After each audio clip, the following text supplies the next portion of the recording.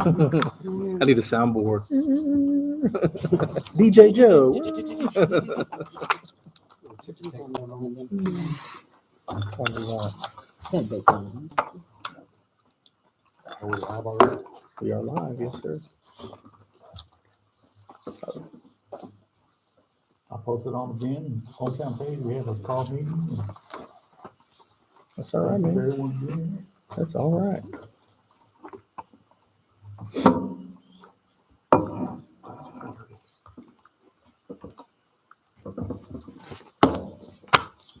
We good? Yes, sir.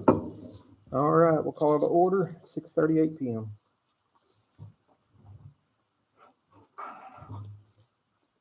All members present minus Ray Usan.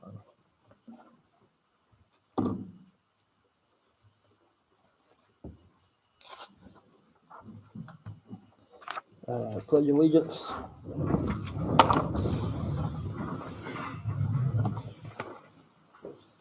Pledge allegiance to the flag of the United States of America, and to the republic for which it stands, one nation, under God, indivisible, with liberty and justice for all.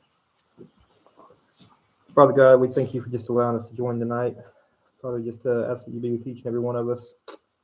Be with our friend Ray as he's not here tonight. Hopefully everything's okay with him. So just ask that you lead us and guide us and direct us. In your name we pray. Amen. Amen. All right. No citizens communication. Let's see if you have something you wanted to say. You have anything you wanted to say tonight? We were awarded the library rescue grant, Really? which means, so Plan and the University of Texas Library Sciences will send people down, and that grant is all professional services. They'll help us weave, they'll do, help us build new programs. Their social media person will work with ours. Hopefully we'll get a new logo out of it. And that sets us up for the $10,000 grant from Parker, which I just know we're gonna get that, so we can That's then awesome. buy new books to replace the ones they're gonna weed out. And is that the one we're pursuing in June? No, That's a different I already submitted the Talker grant. The Talker is every 6 months, so in June, I will Gotcha. apply for the library reimagine, which is up to $100,000 for everything, new shelves, furniture, everything. Sweet. That's awesome. Yeah. Good job. Libraries. She works as hard as you do. She does. All right. She gets $100,000 for it. Nothing on the boards, commissions, nothing on consent. No public hearings. Moving down, item number 1, discuss, review, take any necessary action related to ordinance number 2023-0123-01. This is the mobile food vendors and establishments permits. Yes, sir. Mayor, Council, if you recall, there was the property across the street sort of kickstarted this whole conversation, in part in finding a solution to bring food to town, restaurants to town. Brick and mortar is a little hard to do now. Mobile food trucks are a little bit easier argument to make. But with that being said, we needed to have some sort of structure in place to regulate food vendors and food trailer parks, basically. So what you have here is the ordinance is the component that authorizes the permit fee and the regulations and guidelines listed in Exhibit A, which is the mobile food vendors and establishments permit. We can kind of walk through this. Let's see. Mobile food vendors and establishments are only permitted if they have this permit, so they must go through this process. The permit is eligible for all commercial zones within the city. It's basically a green light to proceed with those as long as they follow these guidelines. Residential zones will be considered on a case-by-case basis, and they require city council approval. Eligibility for city-owned property will be considered on a case-by-case basis and require mayor approval. So that makes it a little bit more flexible to do like city-sponsored events or in park spaces and what have you. Pretty standard stuff in the next column. Applicant information, the permit fee. This is at the end of the day, it's also part of an incentive program, essentially. $8 per month per spot. So, for example, the property across the street, she could pay for all 8 spots for the whole year, and she could interchange different vendors into those spots for that cost. However, these permit requirements would still be enforced on each vendor that occupies that spot at any given time. So no matter what food vendor is in that spot, they need to meet these requirements and they need to have this permit. And that, And they pay like her because she's already paid for all of it. yes, sir. Yeah, Yes, she sir. would come in Mhm. as the Taking out. establishment owner and pull the overall permit. Yeah. But every time a new trailer would roll into her location, all these other requirements have to be met through the city. They need to have a permit, a city permit. But there's posted on not a the front. fee attached to the city requirements though. Not as long as they're paid upfront by someone, either the applicant themselves or the property owner themselves. But to get a peddler's permit, are we still requiring a peddler's permit? Yeah, this would replace the peddler's permit because this is far more comprehensive than a peddler's permit. And for right now, this can always change, but for right now, this is not meant to be a moneymaker. This is meant to provide basically consumer service, food. How can we get food here in town? That's the goal here. And how can we do it in a regulated way, basically? So any food trailer that's in town needs to be connected to an electric meter that's inspected and active. Their water connection must have a vacuum breaker for backflow prevention. That's non-negotiable. They cannot dispose of gray water or grease into city sewer or be connected to city sewer under any circumstance. That's another non-negotiable. They can only be connected to City of Bartlett utilities. They can't be connected to like BEC or Encore or anybody else. It must be sub-metered or part of the property owner's utility. We're not going to have a million different utility accounts for each vendor that comes in town. It's not going to happen. It's going to streamline it. They can only operate from 6 a.m. to 11 p.m. Monday through Sunday. That's a good wide enough window for most things. Any music or sound system must be kept at an appropriate noise level. City administration and Bartlett PD reserve the right to enforce the reduction of noise up to and including complete shutoff. Failure to comply with noise reduction mandates will result in revocation of permit. So the lady across the street that was there before, the Colombian restaurant, she had music, which is nice, but if we were to get a complaint or it's too loud, this would allow the city to enforce, okay, you need to lower it down.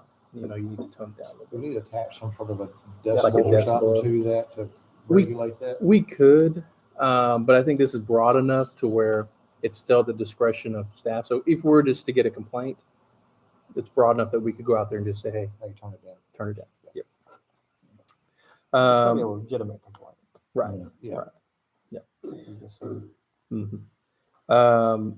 The permit requires that the applicant provide a Williamson County Fire Marshal mobile food vendor permit certificate or approval of equivalent from the Williamson County Fire Marshal. So if they have something from Bell County or a different city, Wilco Fire Marshal will want their approval that says, yes, this covers what it needs to. They must provide a retail food establishment inspection report from either Williamson County Health District or a food dealer's permit from Bell County Health District.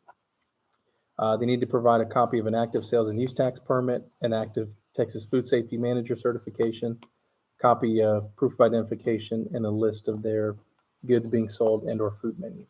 So we reviewed this with Rose, and we kind of brainstormed it. What have we experienced so far? And we put it on a list, and this is basically that list. So I don't know if we're missing anything or if we need to add anything later down the road. We can certainly do that, but this is a good starting point. Just curious on the active sales and use tax permits. How do we know, how do they report the active sale in, say, our jurisdiction? I believe it's where they made the sale.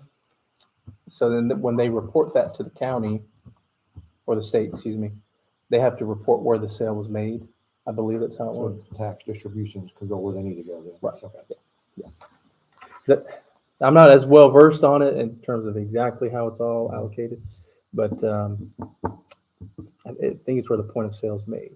There was a big e-commerce thing about it, where cities that were based in a place were stating that's where they're making the sale. Mhm. But really, when you're clicking it, that's where the sale happens, and it's kind of this big thing.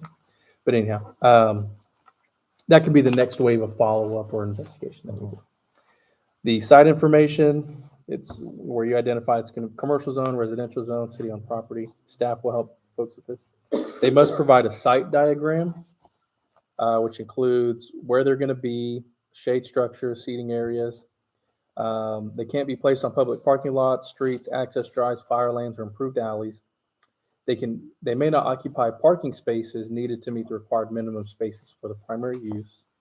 They cannot be placed in sidewalks or along the right-of-way without prior approval from the city. Approval may only be granted if a minimum of 5 feet of sidewalk remains free of obstruction.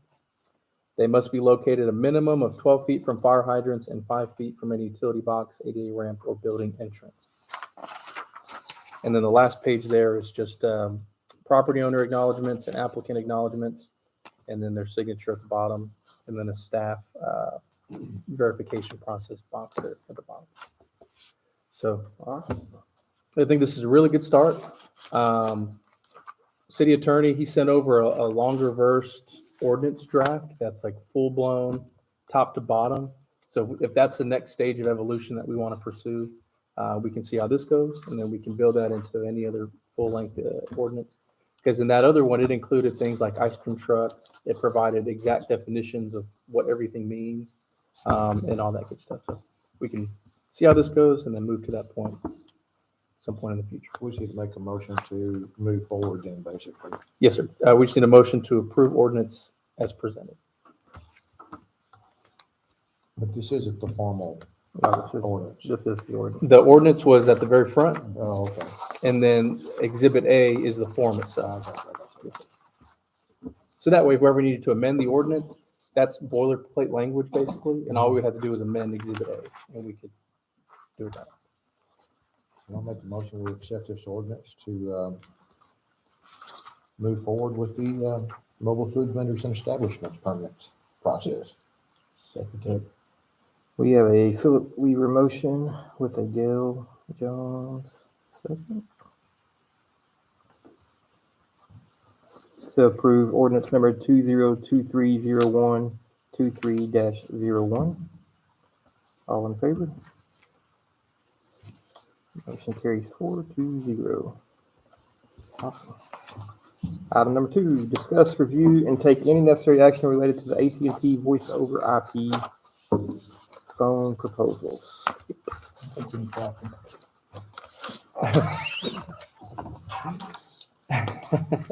So the voice over IP, it's like going from cable television to a smart TV. That's basically what it's like, but on the phone side. And it's going to increase our service capability. It's going to add all kinds of functions. For example, a voice directory would be implemented, meaning you call the main city hall number and you get a pre-recorded voices. For PD, click 4. For permits, click 3. For municipal court, click 2. That type of thing. So it's going to reroute phone traffic. It's either heavy lifting or rerouting phone traffic. Each phone will have its own individual voicemail. So it's automated then on the answering side? Yes, sir. Okay. It's automated answering service. And the good thing is, for example, if PD's out on patrol, they can forward that office phone call to their phone where they're at on patrol. Same thing with myself. If I'm out in the field somewhere and someone calls the office phone, I can have it forwarded to my work phone, and I can still be able to answer it wherever I'm at. And that's after hours to the PD and all that stuff. We can redirect the phone numbers to, I think probably one of the directory ones would say for after hours emergencies, click this number. Yeah. So that's one function of it. Each phone will have its own voicemail. Each phone will have, I don't know if it's its own number per se. It might have its own extension, but that will also help with making sure that each person follows up with the person that called them in the first place.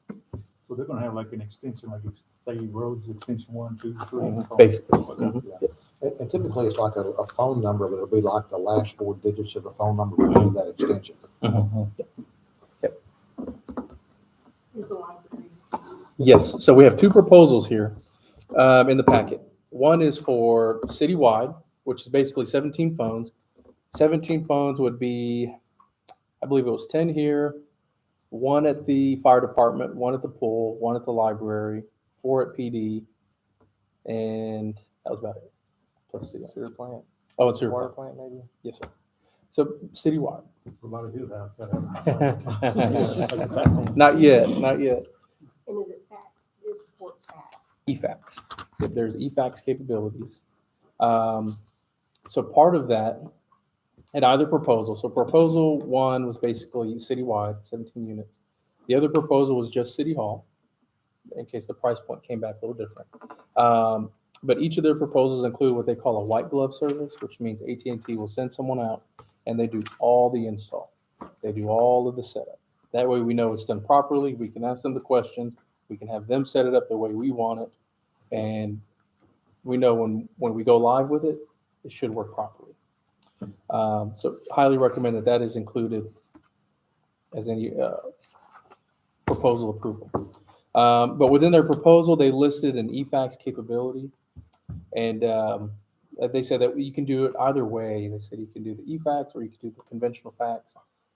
But either way, it's a capability that they can offer. So that'd be, once the white glove person is here, we would just make it a point to make sure that they set that up properly. So it's compatible with the fax printers that Mhm. you have the contract It with? says, OB302 ATA fax converter for traditional fax machines, And that is on, but with zero quantity, or $86 for that. So we may need two of those. Now, the monthly fee with this is substantially less than hardline, correct? yes, sir. So we reviewed some of the previous accounts payable history for AT&T, and we currently pay on average about $900 a month for all the city's phone lines right now. Based off of this proposal, the city's recurring monthly charges will be just under $600, and that's citywide. So that in and of itself, if we go live, say halfway through the fiscal year, we also get 2 months free service. So that's part of a credit tier. So we'd really be paying, I believe, actually for those 6 months. And that savings, that $300 savings a month, would be enough to pay for the white glove service in and of itself. So it's essentially a wash. Yeah, so those are the proposals here. And I believe if you look at the itemized description of each proposal, it says here, main phone number, extension, voicemail, text, and eFax, quantity 17. They just included the price point under the unit cost. So the $32.49 includes the multi-site management, the auto attendant customization, web audio and video meetings, call queue, paging extension. And if there was any additional unit cost, they had that listed out. So additional main phone number, E911 fee. So the actual phones look like these back here in these pictures. Yeah. And they're $70.01 a piece. But if you look down on the rebates, discounts, credits, and all that, we're getting a rebate of $70. So we're paying 1 penny for that phone. They're called penny phones. Yep, that's right. And so it looks like we could add as many of these phones as we want. Like if we need more than 17, and they're just And like we can add as we go along, correct? $32.49 a piece. And the gentleman that I spoke with AT&T, he did say companies would do that.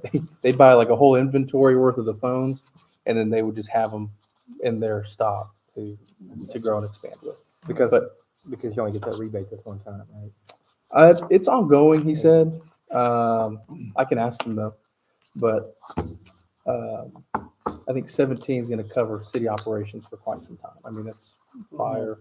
I'm just asking because when my wife first got on, when somebody calls, they got a video track. I get later in the future, we're probably gonna want everyone for that, probably, isn't it? We could if we needed to have meetings like that.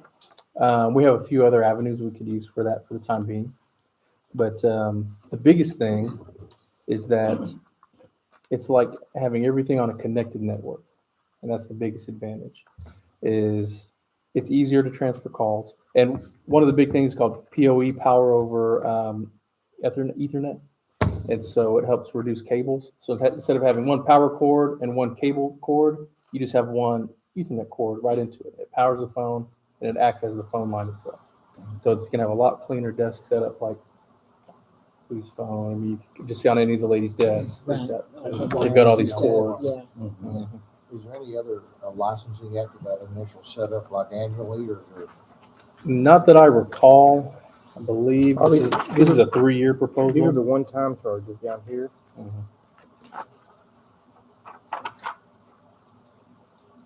And then here's the monthly recurring. And this is a 36-month contract length.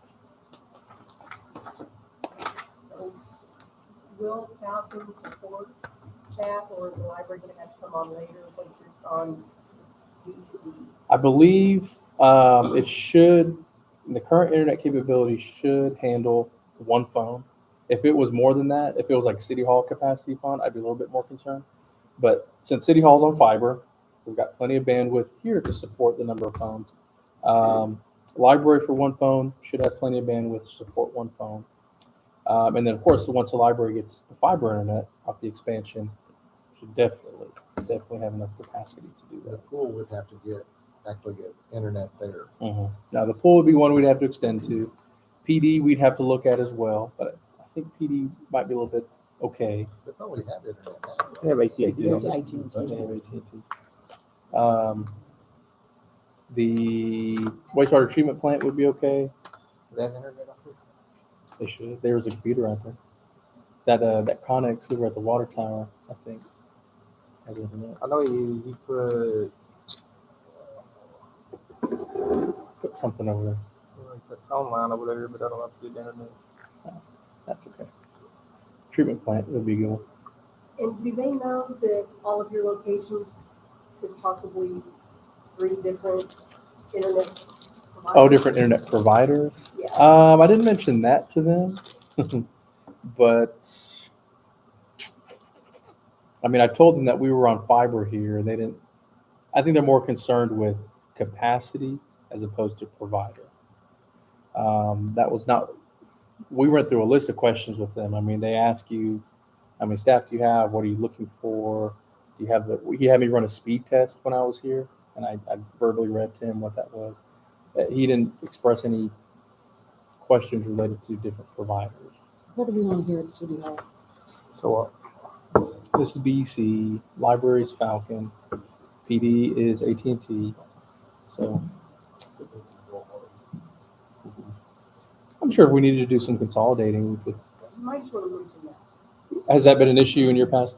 I think you might just want to let them know that it's 3 different providers. I think when I spoke to the co-op about it, about doing voice over IP, they said that their system could handle it. There just has to be some back-end coordination from AT&T. It's related to the number. There has to be some sort of gateways that are unlocked or made available for everything to work together. So I can mention that to them and make sure that it all works together. I think it's great. Now, this is going to be I think it's great. it's going to be a cost savings while also increasing service quality. That's going to be a big deal for us. Big deal. That auto directory in and of itself, huge deal. I mean, the number of times that I've seen each of them say, "City of Bartlett, please hold. Miss Brenda, Miss Alice, Miss Rose, someone's on the phone for you."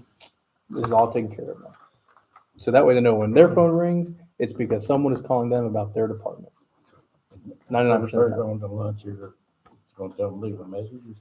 You can do like do not disturb. You can forward it to voicemail. And then, I just, yeah. So, yep. well, it's something to get like a hard count of how many. I mean, but I think tonight we need to approve up to, 17. 10 or 17. And if we go up to the 17, approve up to 17, then we know here's the cost. And then, but if we come up with the final number and it's less than 17, there's going to be a little bit of cost savings. And the other thing too is we don't necessarily need a voice over IP phone at the pool. We have a phone over there now, which works. We need to have a phone there. That's a requirement. But it doesn't have to be voice over IP. So that's one phone unit there. Well, the initial setup, I mean, I guess all of this white glove service they're talking about, that's going to be like 1 to 100 phones, right? It's all the same deal. No, because right here, it's $36.79 for the 17, or it's $14.57 for the 10. I see that. Oh, it's not just a flat fee regardless. No, It's yeah. scalable. I mean, the number. And I told them all the different locations. I said, look, we've got the volunteer fire, we've got PD, we've got City Hall, we've got the library, all different locations. $145 in fees. And he said, okay, it's not a problem. So that's why I'm recommending that we do the white glove. That way it's all set up I properly. agree. And we have to do that.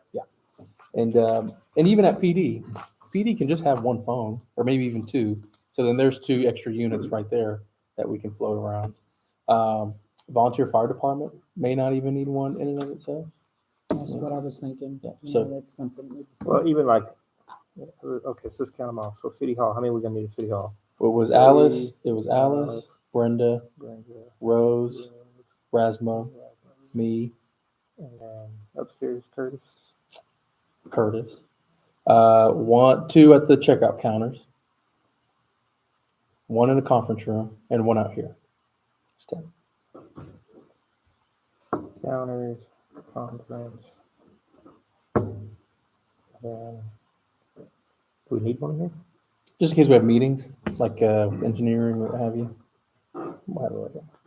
So how does the fire department dispatch now through the county? I believe so. I believe it's through the county. Bell They go County. 911 and they dispatch when they decide, is it Wilco, is it Bell County, is it Bond County? I got Library. And then we have PD. Did Fort PD. I just did a simple one per officer, Then one pool, one wastewater treatment plant.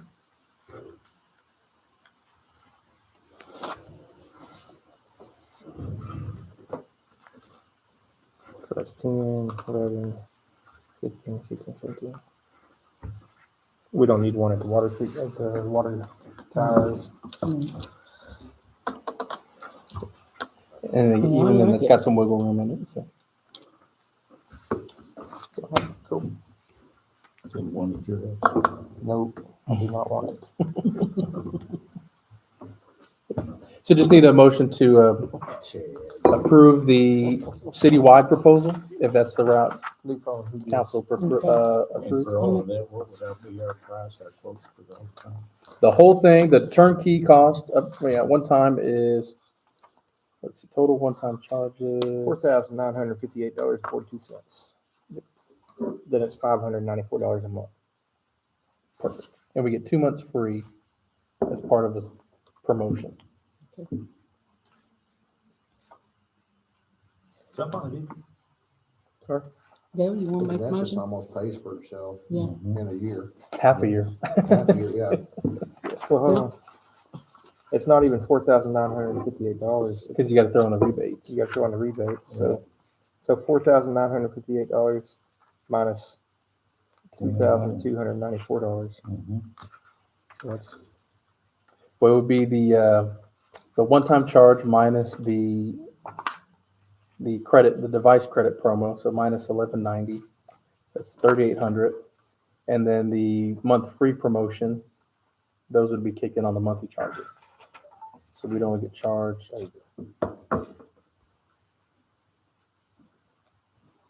Almost there, baby. So 2,000, Jim.